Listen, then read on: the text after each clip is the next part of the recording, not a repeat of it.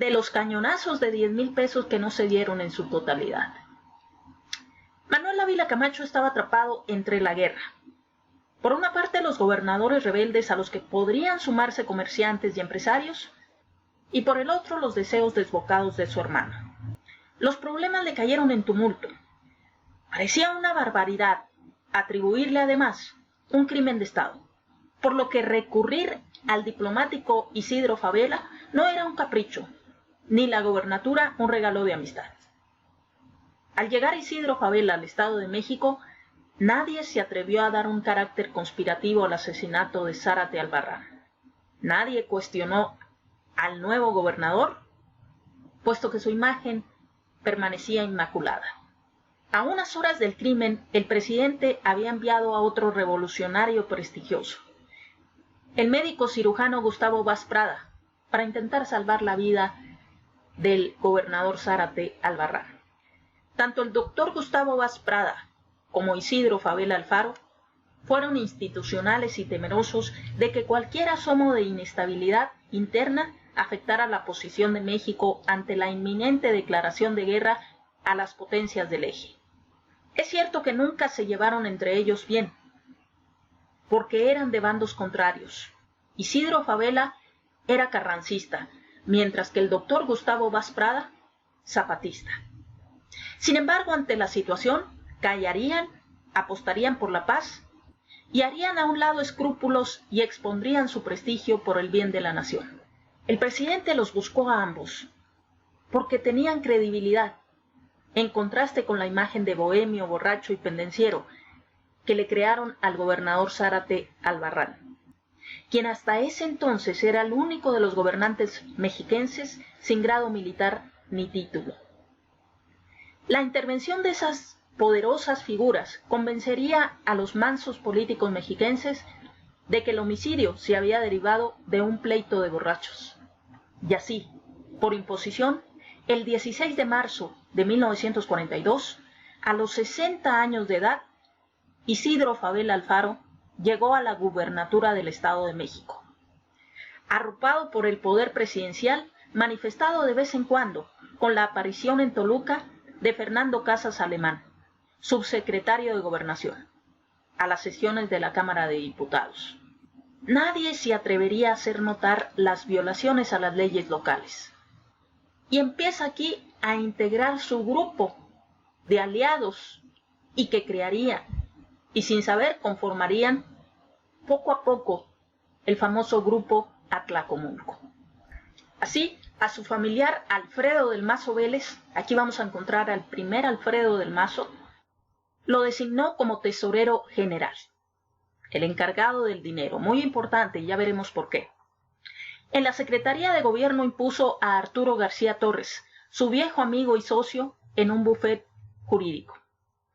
A partir de entonces, Fabela Alfaro hizo como el grupo Toluca y como todas las demás cofradías políticas, unirse para protegerse, repartirse el botín para perdurar hasta donde las circunstancias lo permitieran. Su secretario particular fue Gabriel Alfaro, su adjunto José Torres Talavera, el jefe de seguridad del gobernador Aniano Guadarrama, jefe de la Policía del Estado Ignacio Suárez, su asesor Maximino Montiel Olmos.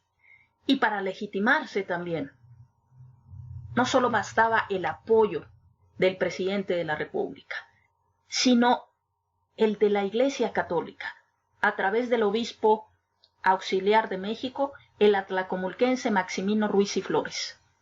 Al Partido de la Revolución Mexicana, que después sería el PRI, llevó a su amigo Ramón Blancarte, más tarde sustituido por otro atlacomulquense, Rafael Suárez Ocaña, y finalmente terminó controlando la legislatura, que también era muy importante tener de su lado al poder legislativo, a través de Federico Nieto.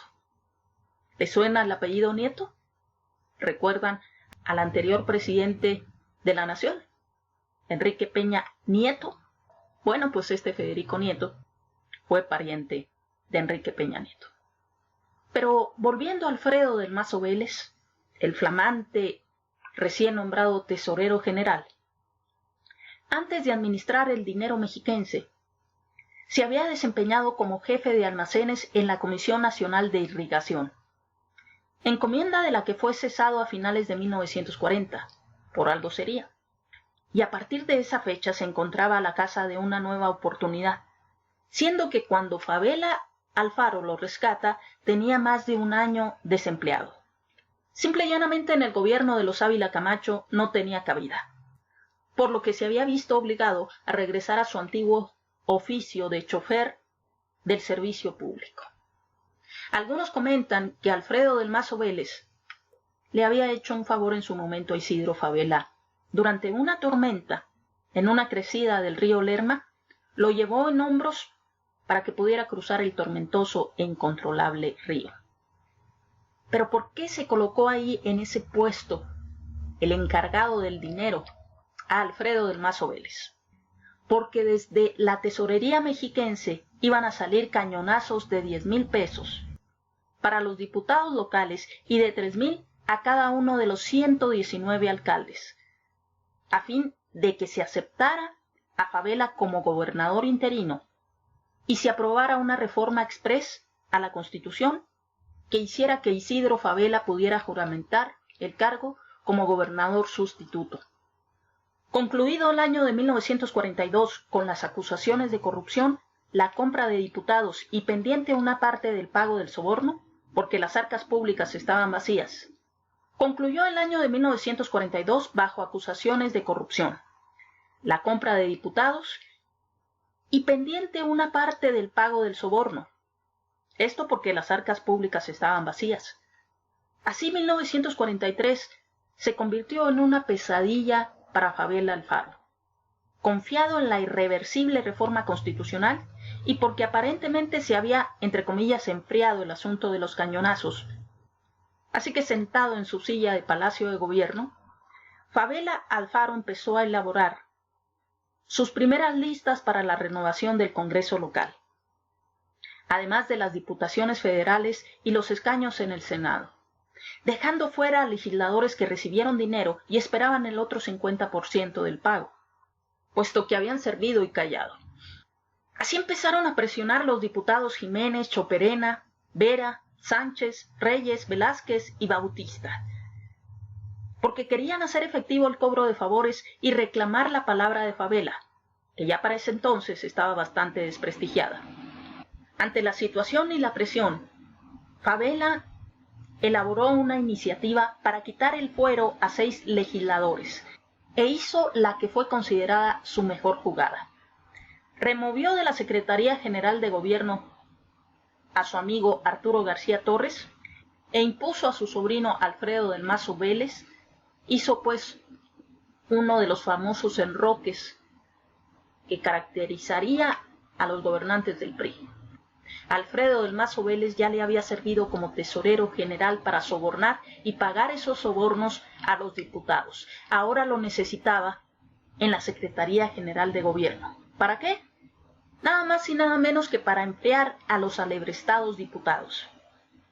Puesto que Alfredo del Mazo sabía bien quién había recibido dinero y cuánto, puesto que él lo había proporcionado. Además, Fidel Montiel Saldívar fue enviado a la Procuraduría para lidiar con los legisladores insurrectos y darle salida al caso Zárate Albarrán.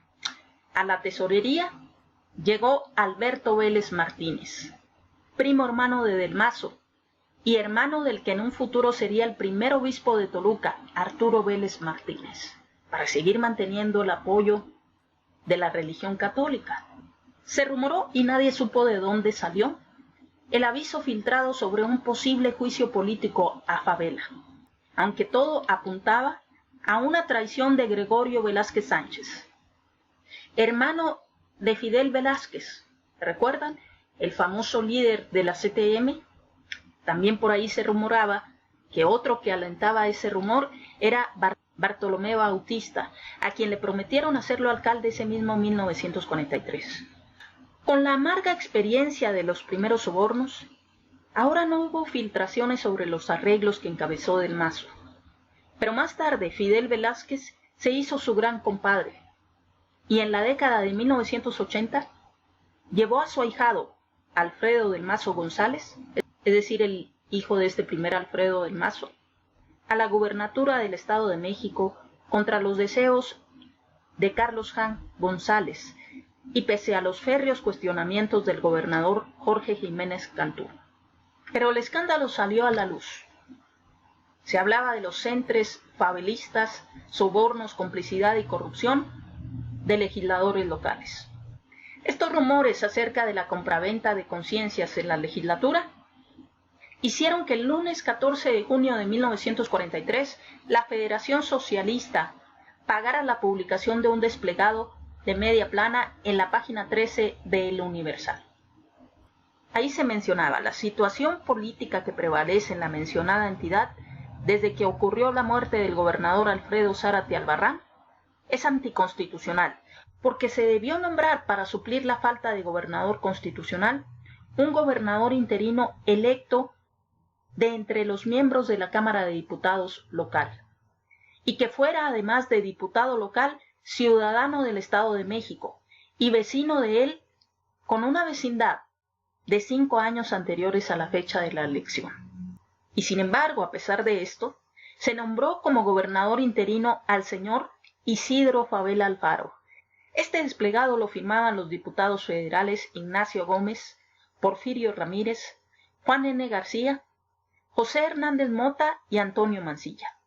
El documento también precisaba que los legisladores locales se habían saltado la Constitución Federal y recordaba que en la última de las tramposas interpretaciones de la ley se dieron el control del Poder Legislativo para que Fabela pudiera convocar a elecciones locales al cabo de 1 año, a través de la Comisión Permanente, cuando esa tarea correspondía a la Cámara en pleno.